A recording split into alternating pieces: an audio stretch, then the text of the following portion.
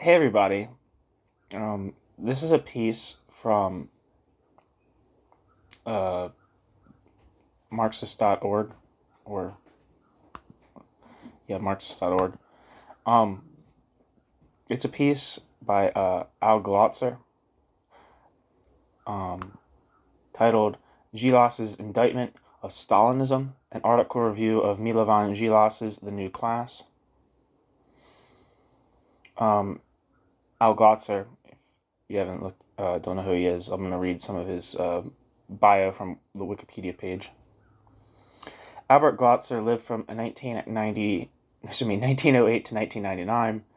He was also known as Albert Gates, which is how he signs this piece. Albert Glotzer was a professional stenographer and founder of the Trotskyist movement in the United States. Albert Glotzer was best remembered as the court reporter for the 1937 Dewey Commission that examined the Stalinist charges against Trotsky in Mexico City, and is a memoirist and activist in the social democratic movement in his later years. His biography says, in his early years, Albert Glotzer was born November 7th, 1908, to a Jewish family in Pinsk, Belorussia, modern-day Belarus, then part of the Russian Empire. Glotzer and his family emigrated to Chicago when he was 4. In terms of his political career, the Wikipedia says, politically active since childhood, Albert Glotzer was selling socialist literature on the street corners by age 8 and joined the Young Communist League at 15. By the end of the 1920s, Al Glotzer was elected a member of the National Executive Committee of the Young Workers' Communist League. In the fall of 1928, Glotzer and his Chicago co-thinker Arna Swabek were expelled from the Workers' Communist Party and its youth section for espousing Trotskyism. News of the ouster of Glotzer and Swabek.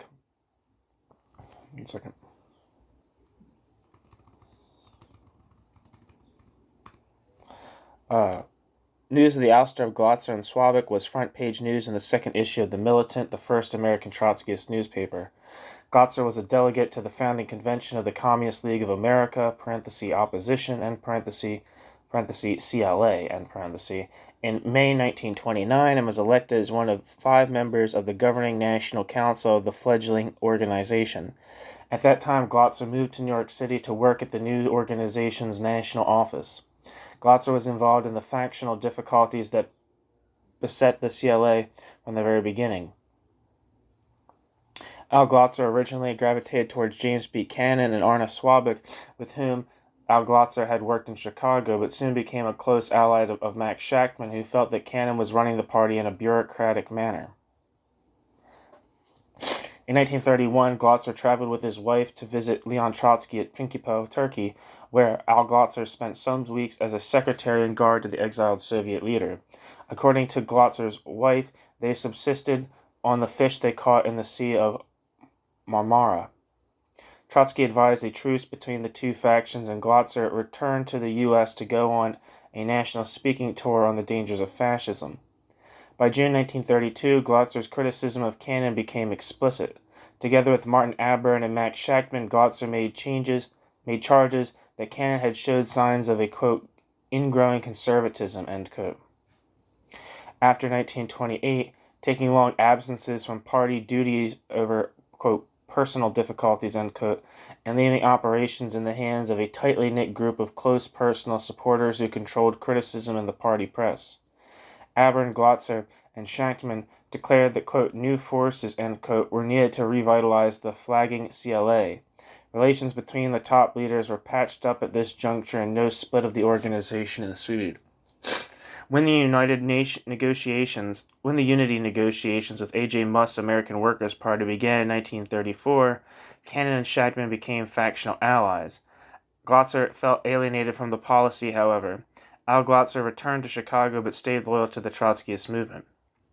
In April 1937, the skilled stenographer Al Glotzer was sent to Mexico City to serve as court reporter at the John Dewey Commission, called to hear charges made by the Joseph Stalin regime against Leon Trotsky. This commission heard evidence for a week before rendering a verdict clearing Trotsky of charges of espionage and sabotage levied against him in the ongoing Moscow trials. The transcript produced by Glotzer was later published in book form by the American Trotskyist movement. In the United States, the Trotskyists emerged from the Socialist Party as the Socialist Workers' Party. After the Nazi-Soviet pact in the beginning of the Second World War, Shachtman, Aborn, and others condemned the USSR's alliance with Nazi Germany and their cooperative invasion of Poland. Shachtman condemned the USSR's invasion of Finland. Viewing these invasions, Shachtman argued that the USSR was not a, quote, workers' state, end quote, but a new form of stratified society, class-stratified society, and, quote, a new form of class-stratified society, quote, bureaucratic collectivism, end quote, in which workers and peasants were exploited by a class of bureaucratic elites. Glotzer joined with Shachtman and helped to found the Workers' Party, later known as the Independent Socialist League, which was absorbed by the Socialist Party in 1958. In 1972, the Socialist Party voted to rename itself Social Democrats USA. Glotzer served as the Social Democrats USA's National Committee on the SDUSA's National Committee for the rest of his life. Death and legacy. Albert Glotzer died February 18, 1999. He was 90 years old at the time of his death. Albert Glotzer's paper are housed in 67 archival boxes at the Hoover Institution Archives at Stanford University in Palo Alto, California. An online guide is available. Besides remaining a speaker, Glotzer was active in the Stenographers Union, Federation of Shorthand Reporters, AFL-CIO. Al Glotzer served 4 terms as union president during the 1960s.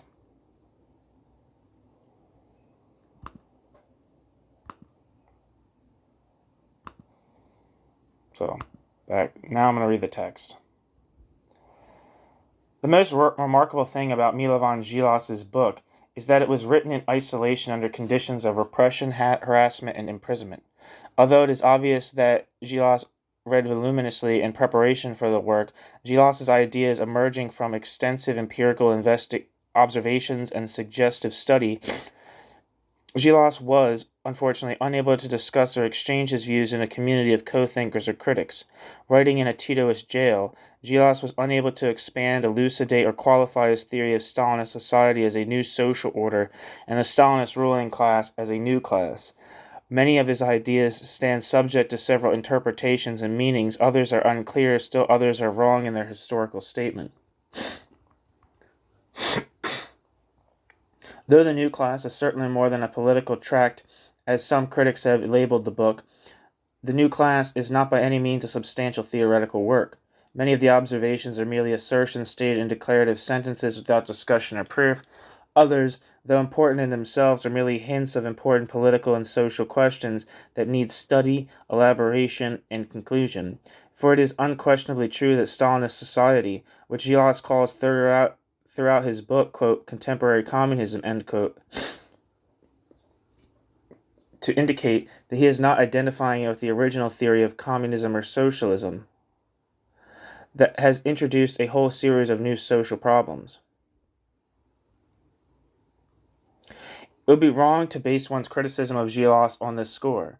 Much of what Djilas says has a verisimilitude of truth, though not yet subject to verification on the basis of objective analysis, or else not enough thought has been given to such ideas as, for example, the modern trend to world unification to merit an intelligent discussion. The book is above all a valuable indictment of the post-revolution communist movement, just as Djilas is himself the living indictment of Stalinism and its new society, whether of the Russian type or its Yugoslavian variety. Writing the manuscript in jail and then smuggling it out so that it could be published in the United States required an enormous personal courage and dedication to what Djilas calls, quote, the ideas of democratic socialism, end quote. Reactions to the book have naturally varied, though the praise in non-socialist circles has been uniform. The non-socialist critics, for the most part, have endorsed the criticism of Stalinist society as a reaffirmation of their old opposition to socialism, failing to perceive the essence of Djilas's book, namely that we are dealing not with socialism or communism, but with a new class phenomenon, which has to be treated on its own grounds. The New York Times review called The New Class one of the, quote, most compelling and perhaps most important sociological documents of our time, end quote, but then went on to miss the whole point of the book. The Herald Tribune called the New Class called the book New Class of, quote, vast significance that could shake the communist world, end quote. No doubt the new class could have such vast significance if the new class was read in the, quote, communist world, end quote. The probability is that the new class won't be read in the communist world. However, we are certain that the vast significance the new class would then have would be considerably different from what the Herald Tribune envisages. Here again is a case of not understanding, let alone seeing, what Djilas is really talking about. Although Djilas's book is not very clear on a number of questions, such as Djilas's attitude toward Marxism, there are contradictory statements in the book, great praise mixed with some kind of criticism of what Marx could not or did not foresee in his time, and the degree of responsibility of Lenin for Stalinist development. Djilas still writes as a socialist. There is no indication that Djilas has made his peace with capitalism. Quite the contrary. And if Djilas remains a socialist, just what does the jubilance in the bourgeois world signify? Not much, except that in Djilas's description of the various phases of Stalinist society, they felt some kind of moral uplift and strengthening of their weak faith in the capitalist structure. The appearance of Djilas's book is of particular moment to our movement. Djilas's theory of the new class and the new society is in substance and description akin to our own. Large sections of the new class's quintessential parts, read like a paraphrase of our theory of bureaucratic collectivism. This is naturally a source of satisfaction to us. It is also a commentary on the reception which our theory of Russian society has had in this country for the past 15 years since it was first formulated and made public. Our theory of Russian society, elucidated long before the expansion of world Stalinism, recognized that we were dealing with a new social phenomenon never before seen in the world. We described it as a new class society. The ruling class, we said, was the collective bureaucracy which, quote, owned, end quote, the state, and through its ownership of the state became the collective owner of all property. That the working class was a subjugated class of a new type, under hitherto unforeseen social relations, and that, in sum, Russian society was a modern slave state. Djilas arrived at his theory of the new class largely on the basis of practical experience in comparison to socialist theory. It was an empirical road Djilas traveled to reach the conclusions of the new class. In contrast, without the experience of living under the new system, we reach the concept of the new society theoretically, and through polemical struggle with Trotsky. We are thus among the very first to destroy the myth of the inherent progressive nature of nationalized property in our rejection of the theory of the, quote, degenerated workers' state, end quote.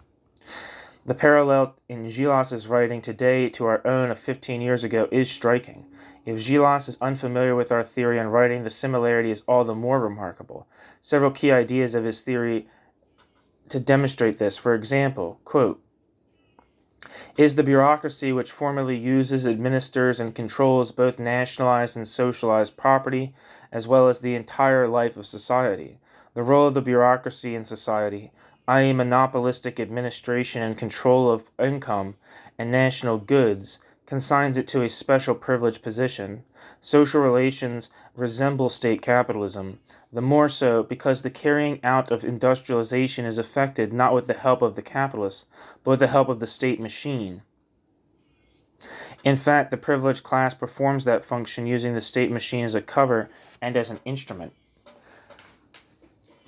Ownership is nothing other than the right of profit and control. If one defines class benefits by this right, the communist states have seen, in the final analysis, the origin of a new form of ownership or of a new ruling and exploiting class. End quote. When Djilas says that these social relations resemble state capitalism, Djilas does not mean that the new ruling class and the new society are state capitalists. Djilas adds, quote, the new class is anti-capitalistic and consequently logically dependent upon the working strata. The new class is supported by the proletarian struggle and the traditional faith of the proletariat in a socialist communist society where there is no brutal exploitation, end quote. Here one can see the key to what is new in this society to distinguish this society from the old. But there is much more to it. Quote, This new class, the bureaucracy, or more accurately, the political bureaucracy, has all the characteristics of earlier ones, as well as some new characteristics of that bureaucracy's own. The bureaucracy's origin had its special characteristics also, even though in essence it was similar to the beginnings of other classes." End quote. What of the composition of this class? Djilas writes, quote, "Because this new class has not been formed as a part of the economic and social life before this new class came to power, this new class could only be created in an organization of a special type, distinguished by a special discipline based on identical principles and ideological views of that organization's members." End quote. The roots of this new class must be sought inside the once revolutionary party, and as Trotsky pointed out, in the pre-revolutionary professional revolutionary turned bureaucrat. Djilas correctly says, quote, "This is not to say the new party and the new class are identical. The party, however, is the core of that class's base. It's very difficult, perhaps impossible, to define the limits of the new class and to identify the new class's members. The new class may be said to be made up of those who have special privileges and economic preference because of the administrative monopoly they hold." Quote, "Not every member of the party," end quote,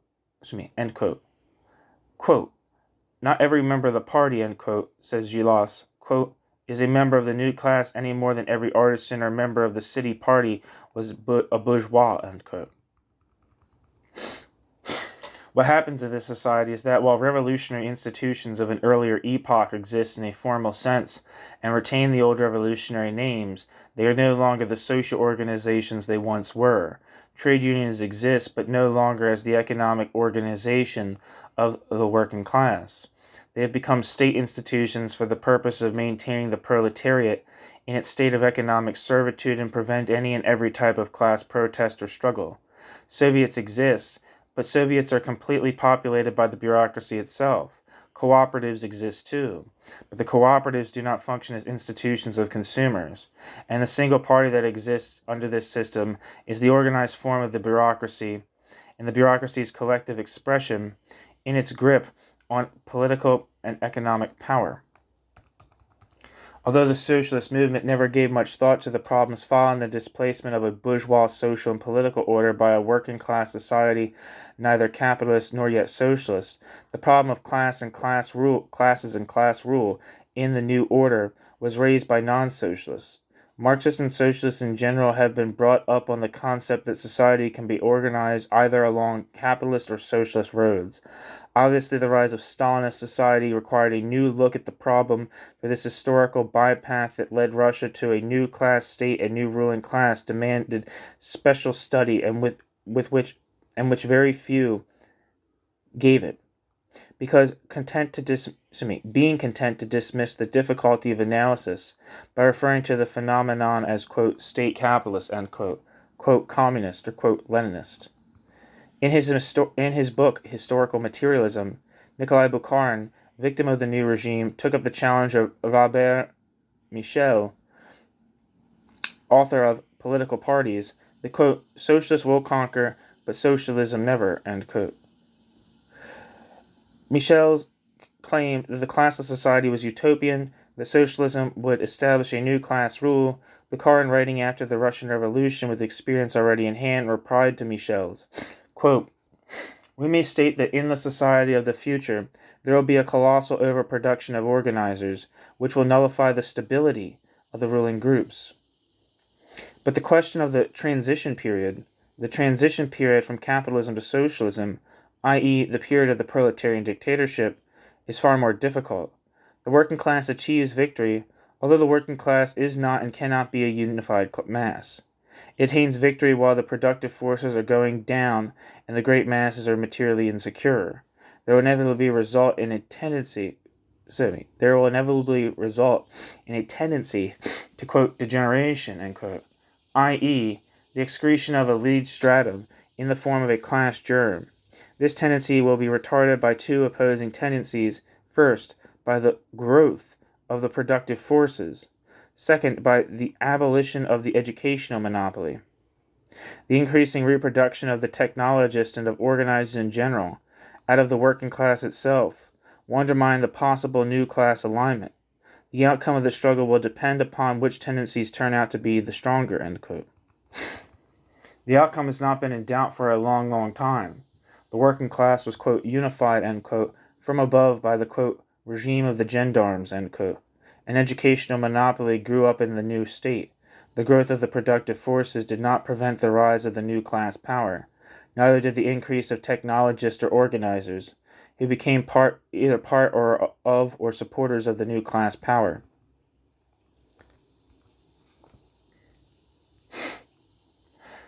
That decisive element which Bukharin did not mention, but perhaps took for granted, was the element of democracy. In absence of democracy, the degeneration of the revolution was inevitable, and the degeneration began long before 1924.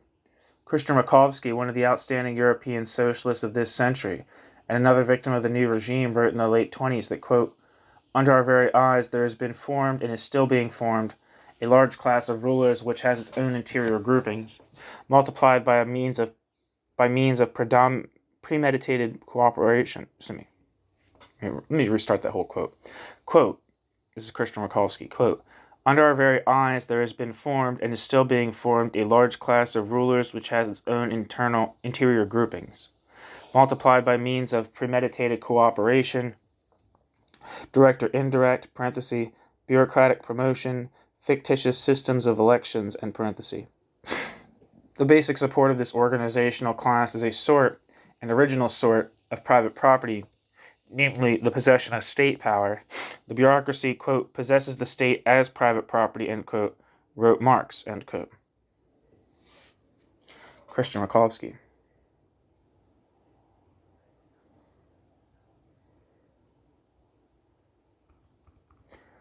Even Trotsky, whose basic writings so wonderfully served the critics of the new society, but who could not bring himself to abandon his theory of the degenerated worker state, described the driving force of the bureaucracy, which Trotsky would not acknowledge as a new class, as, quote, its privileges, powers, and revenues, end quote.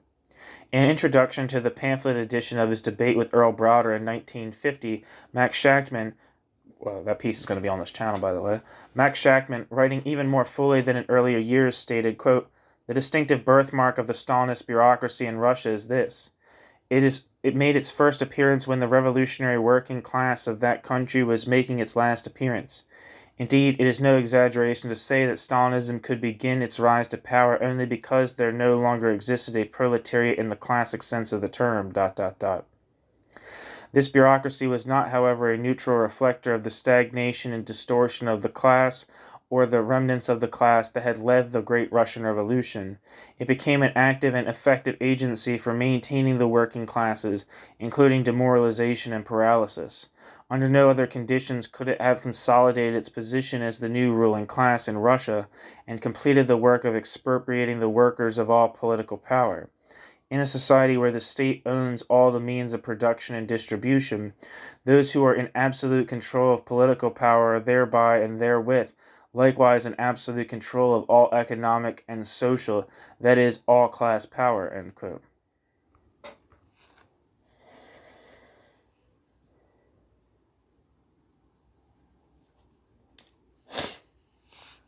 The triumph of the new class, end quote. Max Shachtman. The triumph of the new class power as a totalitarian regime ended all forms of self-expression of the immense working class, let alone the new peasants. Under the total bureaucratic regime, there followed a total suppression of democracy.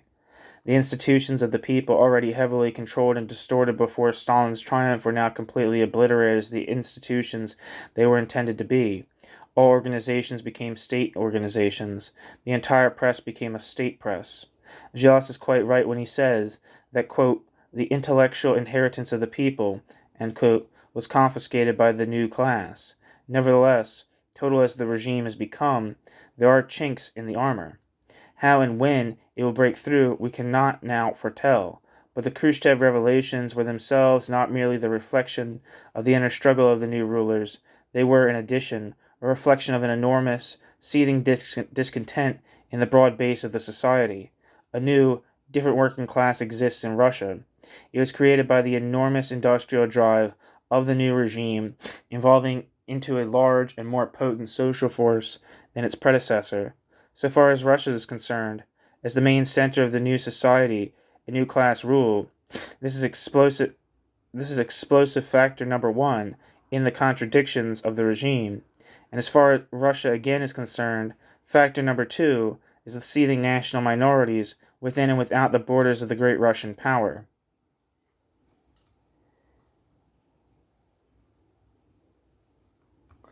In the Stalinist world, the great contradictions of the Stalinist world's expansion produce enormous national discontent and rebellion. The rebellion expresses itself, too, as a rebellion against a foreign overlord, but one should not forget that the struggle only conceals the internal discontent, but conceals it only in part. The quote, anti-Russian end quote, feelings are joined to mass opposition to the new class rule. For both Russia as the great power, or the satellite regimes as the lesser powers, the issue of democracy remains paramount.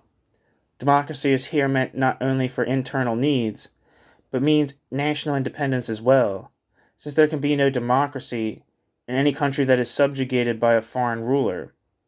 The new exploiting class has learned little from the disasters of capitalist imperialism. This is an epoch of the destruction of all empires, yet in the midst of the collapse of the old, the new class power seeks the creation of a new empire. Here it faces the active and conscious resistance of millions of people, Poland and Hungary, The bureaucracy fears above all the socialist and radical populace. The bureaucracy fears ideas. The quote, free marketplace of ideas, end quote, would destroy the regime because it would put into motion all the formidable social forces seeking the end of the exploitative society and ruling class. Djilas is absolutely correct when Djilas says that, quote, persecution of democratic and socialist thought, which is at variance with that of the ruling oligarchy, is fiercer and more complete than persecution of the most reactionary followers of the former regime. This is understandable. The last named are less dangerous, since they look to a past which has little likelihood of returning and reconquering, end quote. Djilas is also right when he says that it, quote, ... would be wrong to think that other forms of discrimination, race, caste, national, are worse than ideological discrimination. They may seem more brutal to all outward appearances, but they are not as refined or complete. They aim at the activities of society, while ideological discrimination aims at society as a whole, and at every individual. Other types of discrimination may crush a human being physically, while ideological discrimination strikes at the very thing in the human being which is perhaps most peculiarly the human being's own. Tyranny over the mind is the most complete and most brutal type of tyranny. Every other tyranny begins and ends with it, end quote.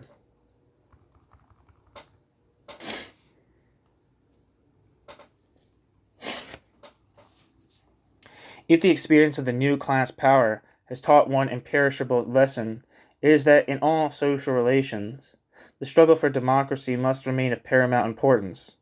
There is no genuine social progress in our time except through an extension and broadening of democracy. There is above all no socialism without democracy.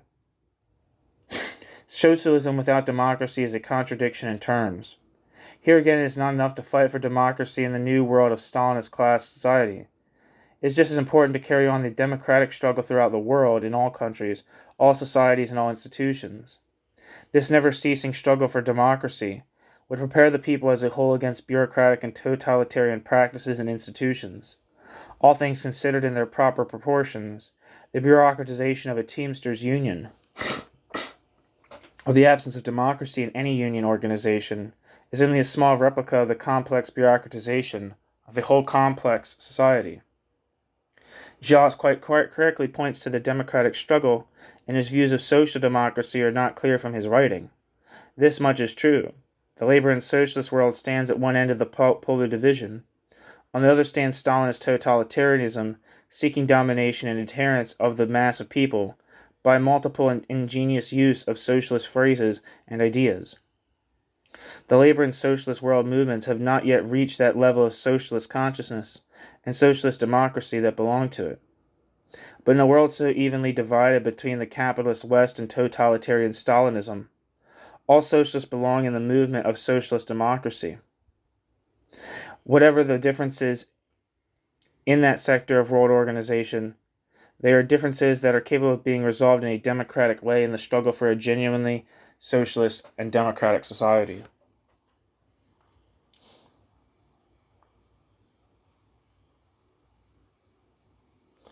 Again, this was Albert Gates, real name Albert Glotzer, Albert Glotzer's review of Djilas's The New Class. The piece is titled Djilas Indictment of Stalinism. It's from winter 1958. I got it from Marxist.org. Thanks for listening.